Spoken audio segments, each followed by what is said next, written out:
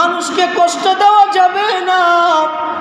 আল্লাহর পয়গম্বর কোনোদিন মানুষদেরকে কষ্ট দেয় নাই।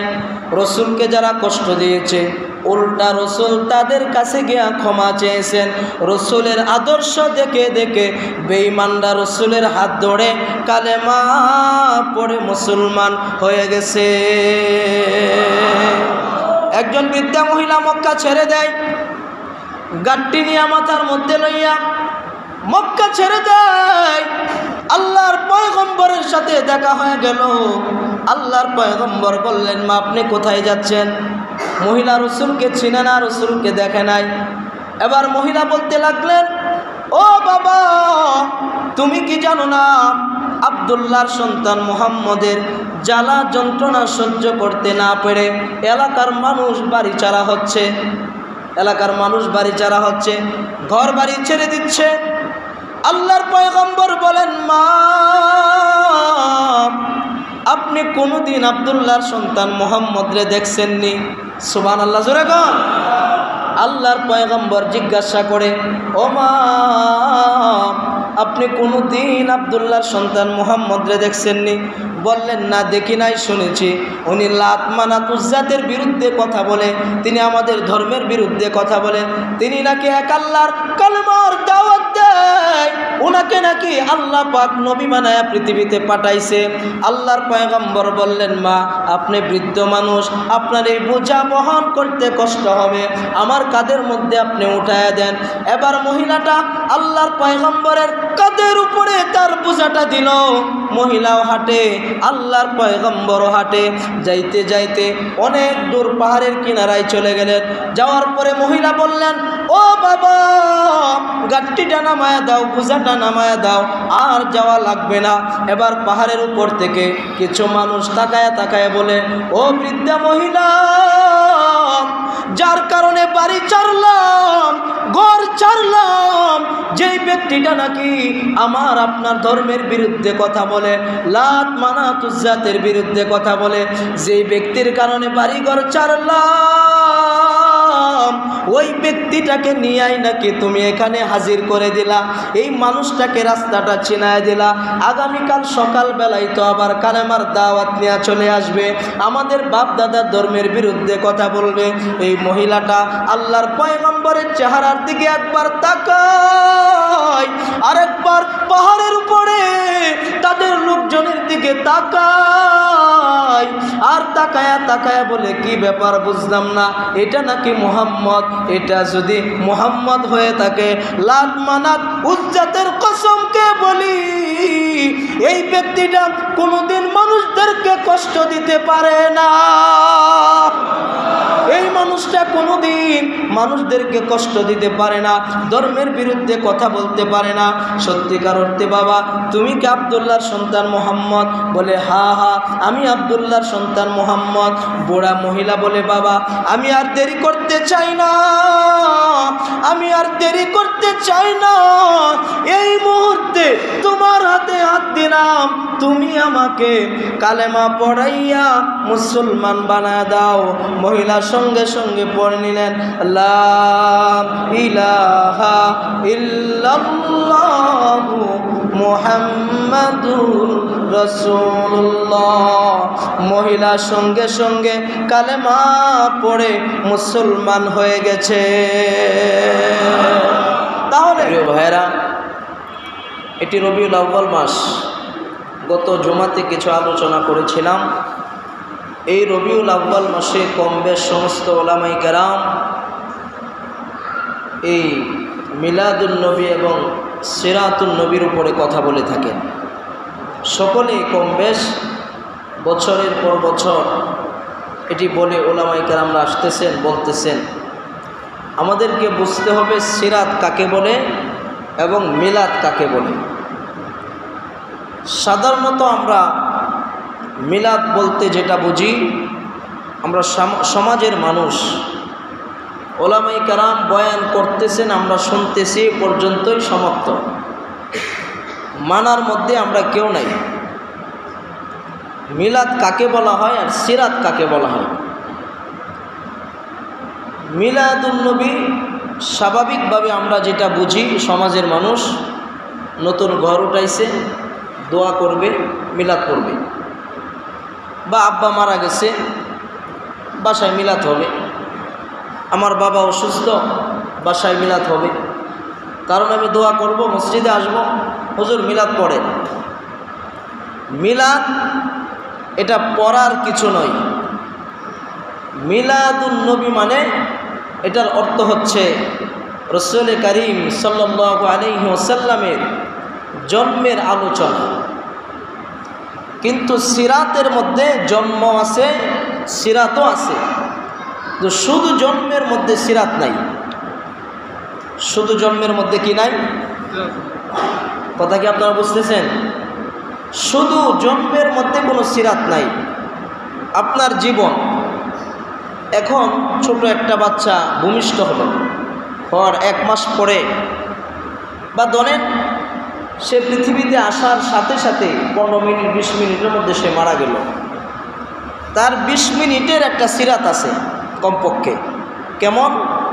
তো দুনিয়াতে আসছিল, আসার পরে কিছুক্ষণ ভালো ছিল, এরপরে কিছুক্ষণ সে কান্না করলো, পরে চোখগুলি বড় করে দিল, হঠাৎ বমি আসলো, বাচ্চাটা হঠাৎ মারা গেল। অল্প সময়ে তার একটা সিরাত আছে। কিন্তু যেই বাচ্চাটা জন্ম হওয়ার সাথে সাথেই মারা গেল, এই বাচ্চার কিছু আছে? কিছু নাই। তাহলে রাসূল করিম সাল্লাল্লাহু আলাইহি সাল্লাম তিনি পৃথিবীতে আসছেন, তিনি হায়াত পেয়েছিলেন 63 বছর। কত বছর? আমাদের নবী হায়াত পেয়েছেন কত বছর?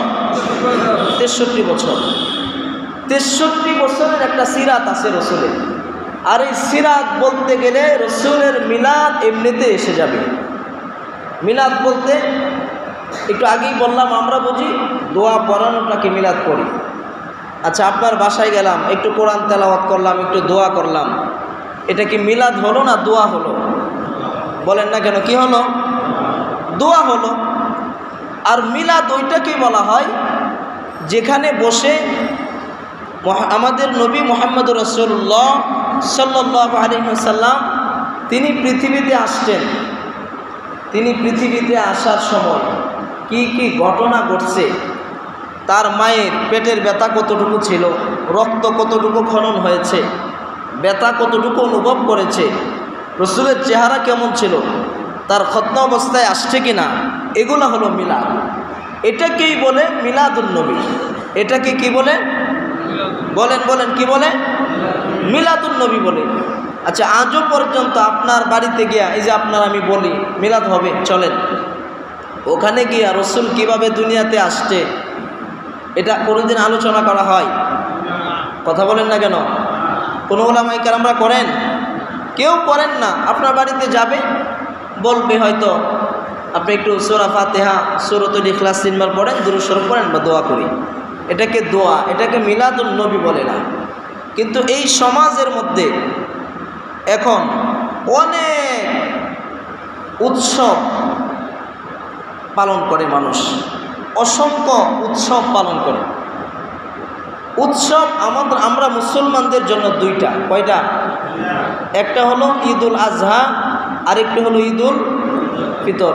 তাহলে উৎসব কয়টা হলো? 2টা। কিন্তু এখন দেখবেন সমাজের মধ্যে অসংখ্য ওলামায়ে কেরামরা আছেন, তারা কিছু বেদাতীদের পক্ষে কথা বলেন, বেদাতীদের পক্ষে আছেন। এই যে আপনারা দেখেছেন অসংখ্য জায়গায় মাজারগুলি ভেঙে ফেলেছে, আপনারা দেখেছেন?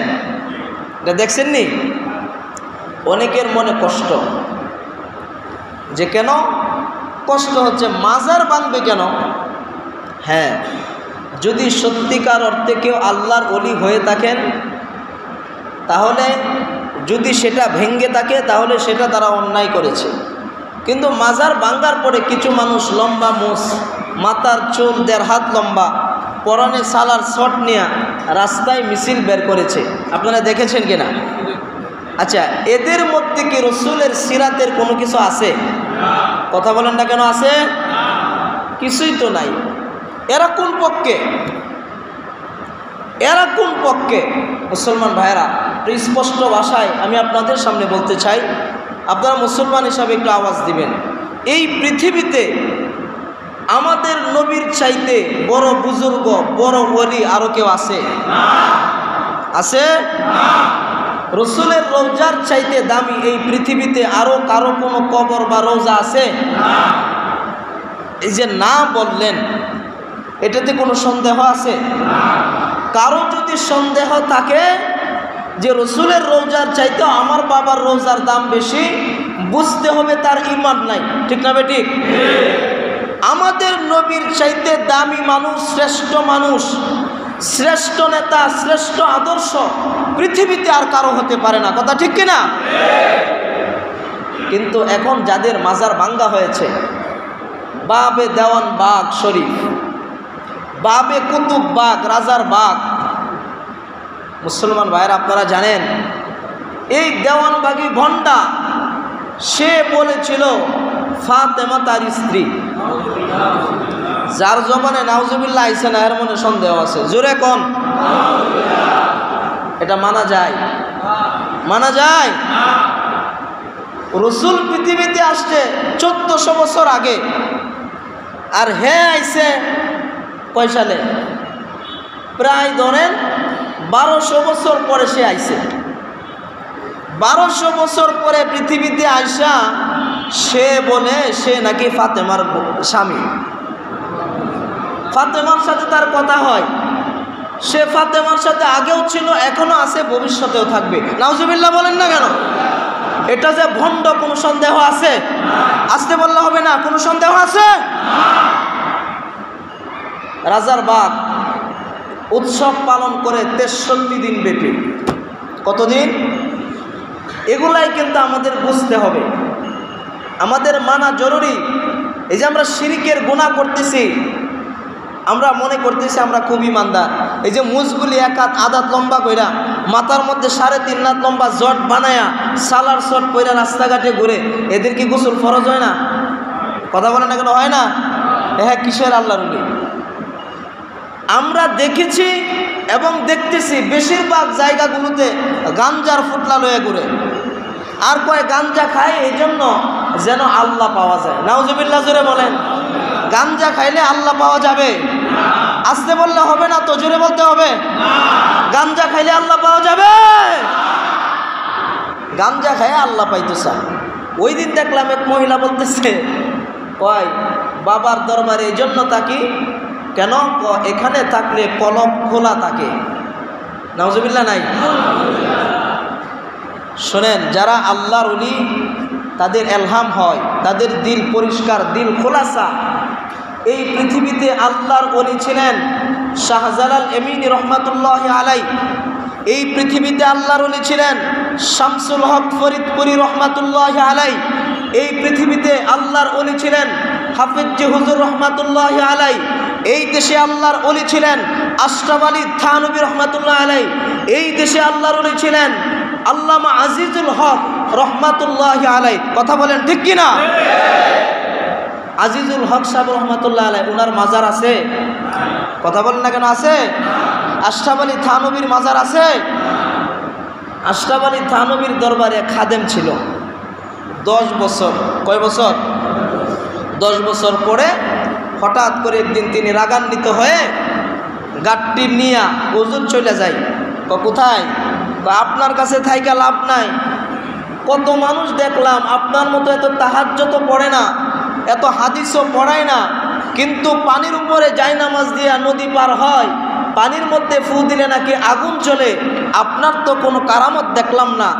আশরাফ আলী থানভী তিনি বলেছিলেন, বাবা তুমি চলে যাবা, আমার কোনো দুঃখ নাই, তবে একটি কথা বলে যাও, এই 10 বছরের ভিতরে আমাকে কোনোদিন রসুলের আদর্শের বাহিরে দেখছো কিনা? তখন বললেন না। তিনি বললেন, এর চাইতে বড় বুজুর্গ আর কেউ হতে পারে না। সুবহানাল্লাহ জোরে বলেন। হাফিজ হুজুর রহমাতুল্লাহ আলাই তিনি কেমন বড় আল্লাহর ওলি ছিলেন, ছোট্ট একটি কথা আপনাদেরকে শোনাই।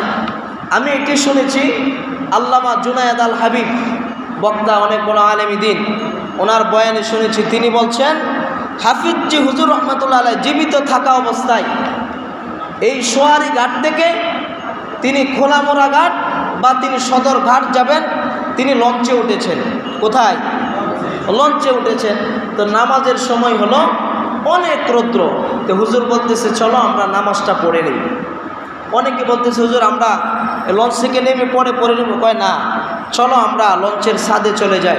বললেন হুজুর লঞ্চের ছাদ এগুলো স্টিলের, অনেক গরম হয়ে আছে, এখানে নামাজ কেমনে পড়বেন? বলল কোনো অসুবিধা নাই, ওঠো। হাফিজ জিউজুর রহমতুল্লাহ আলাই ওনার লোকদেরকে নিয়ে তিনি লঞ্চের ছাদে উঠলেন। জুনায়েদ আল হাবিব ওনার জবান থেকে আমার শোনা, তিনি বলেছেন হাফিজ হুজুর রহমাতুল্লাহ আলাই যতক্ষণ নামাজ পড়েছেন ততক্ষণ পর্যন্ত মনে হয়েছে আকাশের মধ্যে একটি মেঘের খণ্ড ওনাকে ছায়া দিচ্ছে। তারা ছিলেন আল্লাহর ওলি, আর এখন গাঞ্জা খায়, ফুটলা লইয়া ঘুরে, নামাজ নাই, পর্দা নাই, মনের পর্দা বরের পর্দা, বিভিন্ন কথা বলে মানুষদের ঈমান নষ্ট করে। ওরাও নাকি সমাজের বড় বুজুর্গ হয়ে বসে আছে। কথা কোন ঠিক কিনা? এরা কি বুজুর্গ? আসতে বলেন কেন? এরা বুজুর্গ? যে গাঞ্জা খায় বুজুর্গ হতে পারে? আবার কি? তো সকল ঈদের সেরা ঈদ হলো পবিত্র ঈদে মিলাদুন্নবী। নাউজুবিল্লাহ জোরে বলেন। সকল ঈদের সেরা ঈদ পবিত্র ঈদে মিলাদুন্নবী, এটা নাকি সকল ঈদের সেরা ঈদ। ঈদ কয়টা দিছে আল্লাহ? আসতে বলেন কেন? কয়টা? দুইটা। ঈদের বাহিরে আরো কোনো ঈদ আছে আমরা মুসলমানরা পালন করি? যদি থাকতো তাহলে আমার আপনার নবী পালন করে আমাদেরকে আদর্শ দিয়ে যেত, ঠিক কিনা? রসুল যেহেতু পালন করেন নাই, তাহলে বোঝা গেল দুই উৎসবের বাহিরে অন্য কোনো সেরা ঈদ হতে পারে। ভাইরা আমার, বলতেছিলাম রসুলের জিন্দিগি দুই ভাগে বিভক্ত, একটি হলো মিলাদুন্নবী, একটি হলো সিরাতুন্নবী। মিলাদুন্নবী কাকে বলে? পৃথিবীতে আমি আপনি এসেছি, আমার মা আপনার মা 10 মাস 10 দিন গর্ভে ধারণ করেছে, মতান্তরে 9 মাসের বেশি বুকে এই পেটে ধারণ করেছে, অনেক দিন খাবার খাইতে পারে নাই, অনেক রাত্র ঘুমাইতে পারে নাই, অনেক দিন রাত্র কান্না করেছে, প্রসবের সময় রক্ত বাসান হয়ে গেছে।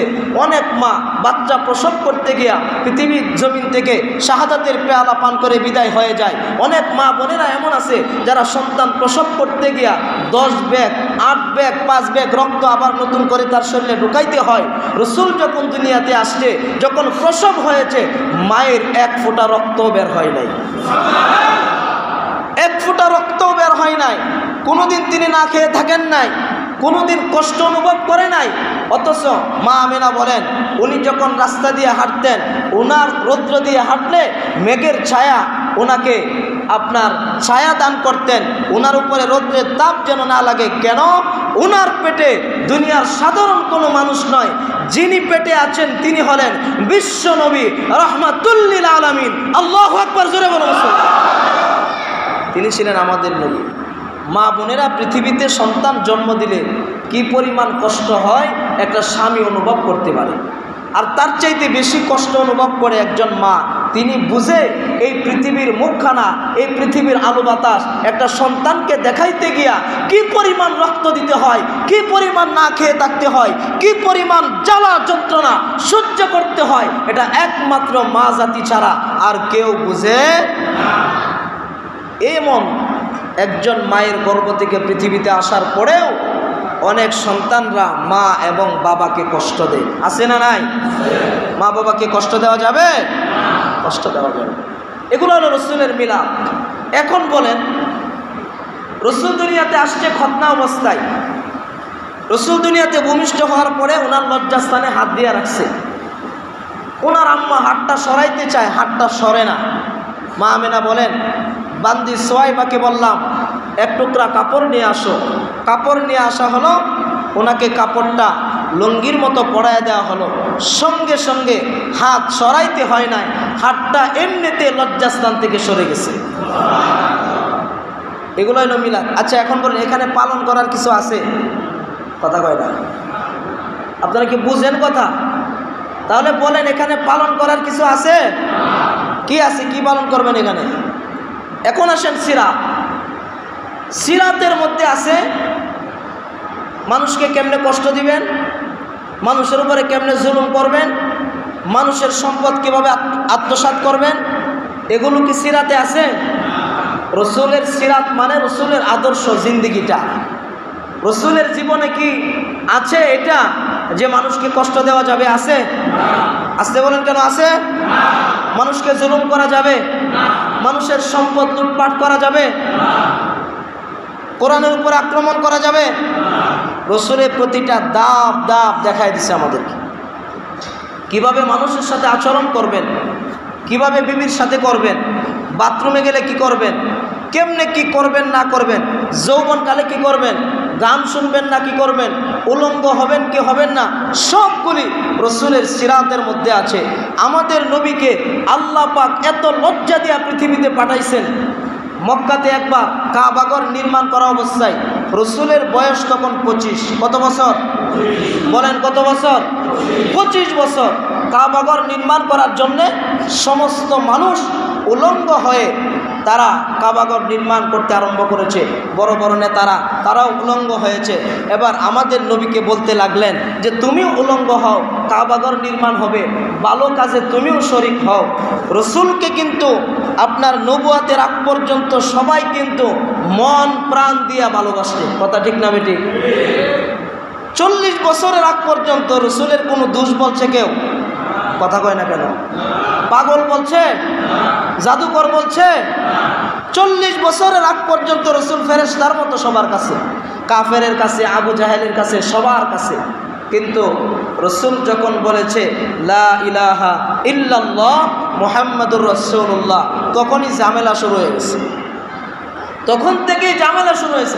ইমাম সাহেব তো খুব ভালো, মা বাবা রস করে, কবরে রস করে, মানুষ কাঁদে, মোনাজাতে কান্না করে। যখন নাকি ইমাম কোনো লুটপাটের বিরুদ্ধে কথা বলে, সুদের বিরুদ্ধে কথা বলে, কারো গায়ে যখন আগুন লেগে যায়, কোনো নেতার বিপক্ষে যখন কথা বলে, তখন সমাজের মানুষ আলেমের বিরুদ্ধে লাগে। এই হুজুর আর রাখা যাবে না। ঠিক না ঠিক? মসজিদগুলাতে এসেও বান্দ্রামি অনেক করেছে, অনেক আমরা দেখেছি। মসজিদে আইসা যখন শরীর চুলকায়, হুজুরের কথা শুনে, হুজুরের কথা তো আর না, কার কথা? আসতে বলেন কেন? কার কথা? কোরআনের কথা শুনলে তো গায়ে লাগবে, এটা স্বাভাবিক। সুরে যখন চুরি করে, সুরের বিরুদ্ধে বললে সুরের ভালো লাগবে? দিলে প্রশান্তি আসবে? যে সুদ খায়, সুদ খাওয়া হালাল না হারাম? আসতে বলেন কেন? হালাল না হারাম? সুদখোরের বিরুদ্ধে কথা বললে সুদখোরের কাছে খুব ভালো লাগবে। কি বলেন? ভালো লাগবে? এতদিন পর্যন্ত আলেমরা বয়ান করছে, স্টেজে প্রকাশ্যে মাইক টান দিয়ে নিয়ে গেছে। আসতে বলেন কেন? জোরে কোন? হুজুর এটা কয়েন না, রাজনীতি বন্ধ করেন।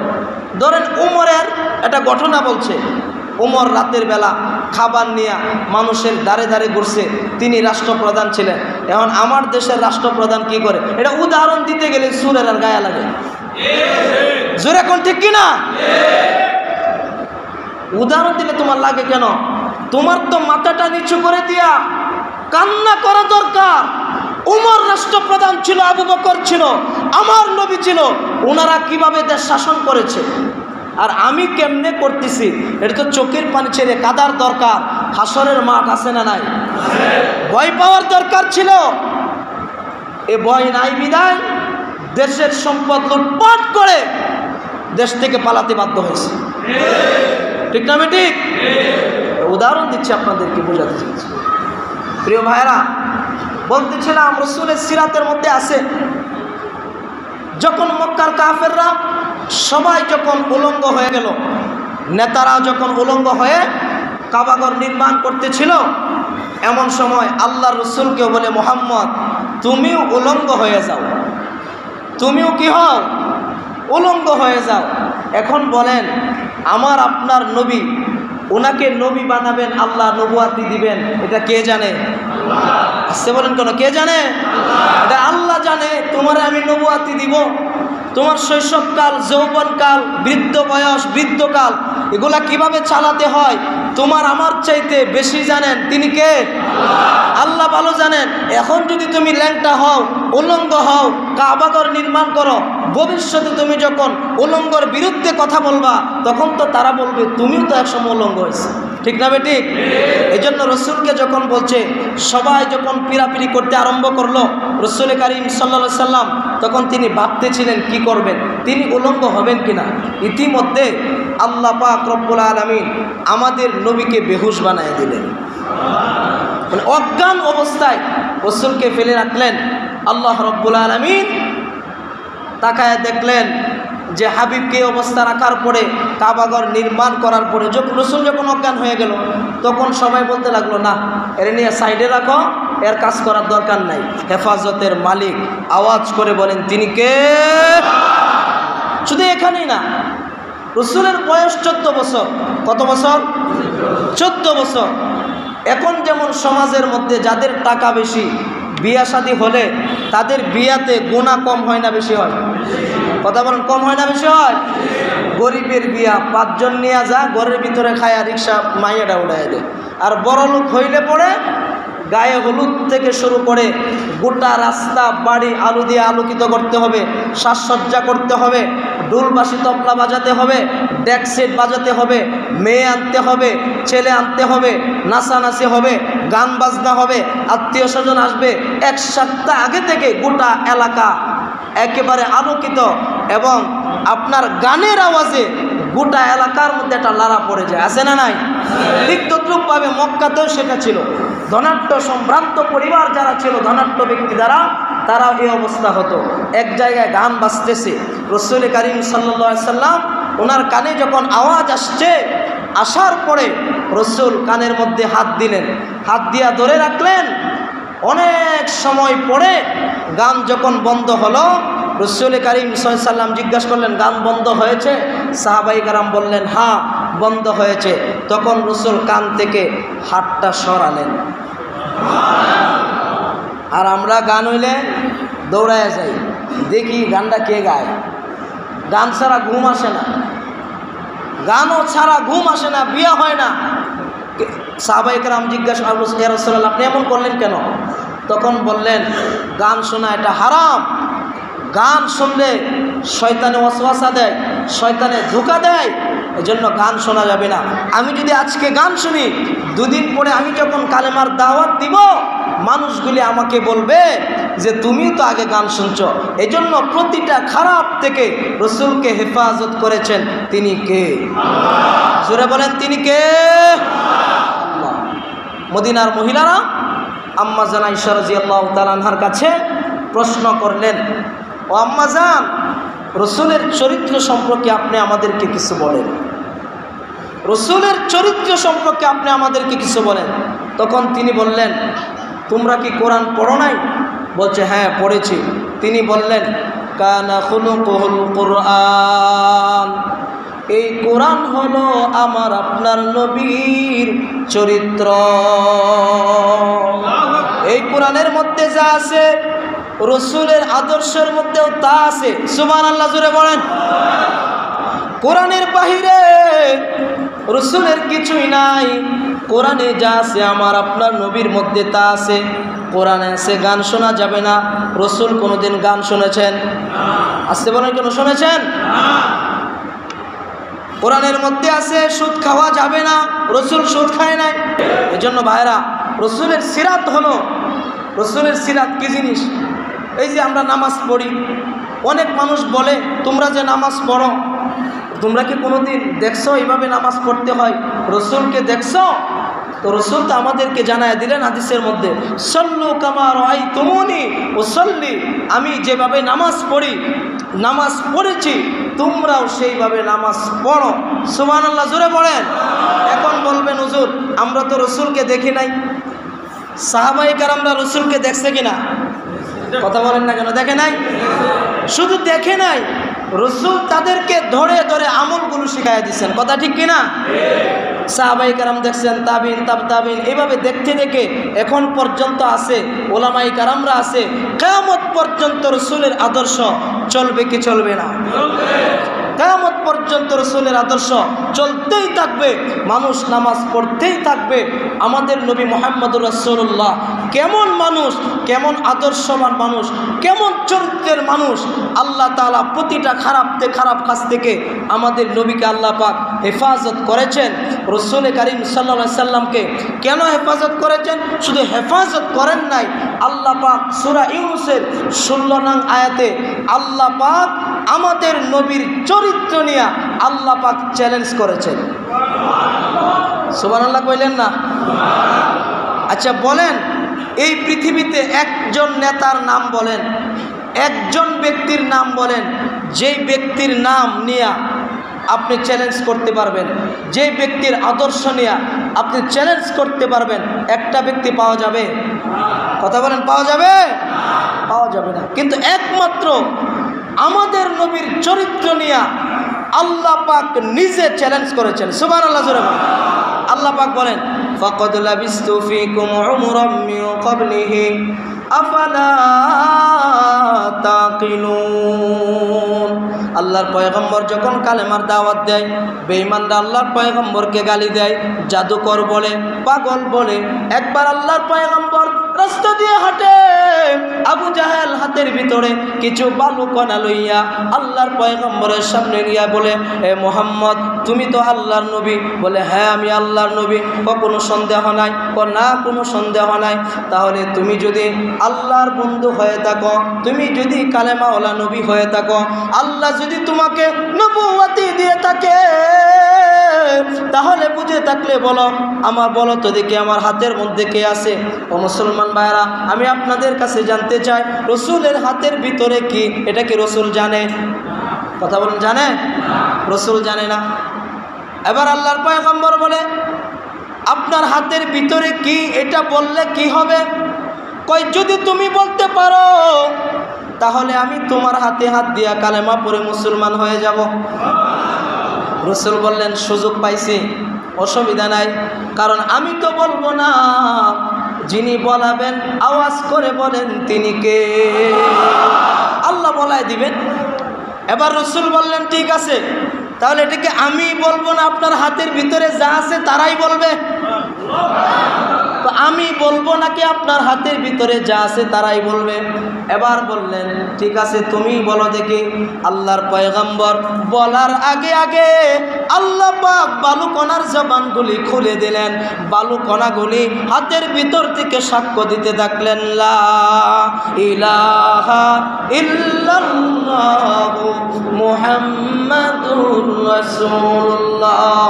এই বালুকণাগুলি বলতে লাগলো, আল্লাহ একটা, কোনো শরীক নাই, এই ব্যক্তিটা যে আল্লাহর পয়গম্বর, এতে কোনো সন্দেহ না। সাক্ষ্য দিল। এবার আবু জাহেল বলে, তুমি যে জাদুকর এটা আগেতেই জানতাম। জোরে কোন নাউজুবিল্লাহ। আল্লাহর পয়গম্বর জাদুকর ছিলেন না। প্রিয় ভাইরা, অসংখ্য অগণিত এরকম ঘটনা আছে।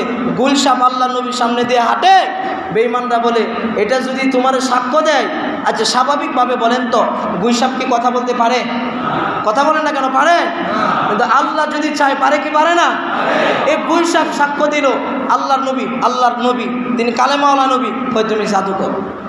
একবার এই বেঈমানরা আল্লাহর পয়গম্বরকে বলতে লাগলেন, ওই যে একটা গাছ দেখা যায়, ওই গাছটা যদি ওখান থেকে তুমি এখানে আনতে পারো, ইনশাআল্লাহ নিঃসন্দেহে আমরা কালেমা পড়ে মুসলমান হয়ে যাব।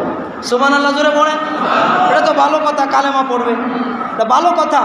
আল্লাহ রসুল গাছের দিকে তাকালেন, জবান দিয়া কিছু বললেন না, শুধু হাতের ইশারা দিলেন। সিরাতের কিতাবে এগুলো পাবেন। ফরিদউদ্দিন আখতার মহিউদ্দিন খান রহিমাহুল্লাহ ওনারা লিখেছেন এই ঘটনাগুলি, অসংখ্য গণিত ঘটনা কিতাবের মধ্যে আছে। প্রিয় ভাইরা, দূর থেকে আল্লাহর পয়গম্বর ইশারা দিলেন, গাছ মাটি ফাঁক হয়ে আল্লাহর নবীর সামনে এসে হাজির হয়ে গেছে। এবার গাছ আইসা আল্লাহকে বলে, আল্লাহ জবানটা খুলে দাও, তোমার বন্ধুর পক্ষে কথা বলি। সুবহানাল্লাহ বলে গাছের জবান করে দিল, গাছ সাক্ষ্য দিল, ইনি আল্লাহর নবী, কোনো সন্দেহ নাই। সুবহানাল্লাহ বলে। তাহলে আমাদের নবী যে শ্রেষ্ঠ নবী, এতে কোনো সন্দেহ আছে? জোরে বলতে হবে, আছে। রসুলের আদর্শ হলো শ্রেষ্ঠ আদর্শ। রসুলের আদর্শ নিয়ে আল্লাহ পাক কোরআনে চ্যালেঞ্জ করে বলেন, ফাকাদ লাবিস্তু ফীকুম উমরাম মিন ক্বাবলিহি আফালা তাকিলুন। হে রসুল, আপনি বলে দেন যে আমার দীর্ঘ জীবন তোমাদের মধ্যে অতিবাহিত হয়েছে। আমার 40 বছরের নবুয়তের আগ পর্যন্ত সময়টুকু, শৈশবকাল, কৈশবকাল, যৌবনকাল, এই বয়স পর্যন্ত সমস্ত এই জীবন তোমাদের মধ্যে অতিবাহিত হচ্ছে। পারলে আমার জীবনে কোনো একটা খুঁত বের করে দেখাও। কাফেররা কি দেখাতে পারছে? বলেন না কেন পারছে? পারে না। তাহলে নবী যদি মানতে হয় সেই নবীকেই আমরা মানব, আদর্শ যদি মানতে হয় সেই নবীকেই মানব। আমরা যদি গড়ে আমরা রসুলের আদর্শ অনুযায়ী ফ্যামিলি যদি চালাইতে পারে, মসজিদগুলো যদি রসুলের আদর্শ অনুযায়ী চালাতে পারি, সমাজ যদি রসুলের আদর্শ অনুযায়ী চালাতে পারি, এই সমাজ সুন্দর হবে নাকি অশৃঙ্খল থাকবে? কি হবে? সুন্দর হবে। রসুলের আদর্শ অনুযায়ী আল্লাহ পাক আমাদের সকলকে পরিচালিত হওয়ার তৌফিক দান করুক। আর একটু মহব্বতে পড়ে না আমিন। ভাইরা, সিরাতের উপরে ইনশাল্লাহ আগামী জমাতে আলোচনা করব। তাহলে মিলাদুন্নবী এবং সিরাতুন্নবী, মিলাদুন্নবী পালন করার কিছু নেই, সিরাতুন্নবী হলো পালন করার বিষয়। কথা ঠিক কিনা? মিলাদুন্নবী পালন করার বিষয় নয়। এই জন্য মিলাদুন্নবী নিয়ে আমরা কেউ বাড়াবাড়ি করব না। সমাজের মধ্যে অনেক মানুষ আছে যে হুজুররা মিলাদুন্নবী মানে না, এরা পড়ালেখাই করে না, এরা রসুলই চিনে না, আছে না? না এরকম। আরে মেয়ে 14 বছর 15 বছর পড়ালেখা করছে আমরা, আর হ্যাঁ রিক্সা চালা, হ্যাঁ কয় আমরা বলি মিলাদ বুঝি না। অবাক কথা, আজীব কথা। পড়ালেখা করলাম আমরা, আর হ্যাঁ কয় হ্যাঁ বুঝে সব কিছু। আছে না? না এরকম মানুষ সমাজের। গামজা খায়, হ্যাঁ বলে আশিকের রসুল। নামাজ নাই, বেপরদায় চলে, হেরা নাকি আশিকের রসুল। আর আমরা টুপিদারি রাখিয়া নামাজ পড়া, তাহাজ্জুদ পড়া, কোরআন পড়া, হাদিস পড়া, আমরা নাকি দুশ্মনের রাসূল। নাউজুবিল্লাহ জোরে বলেন।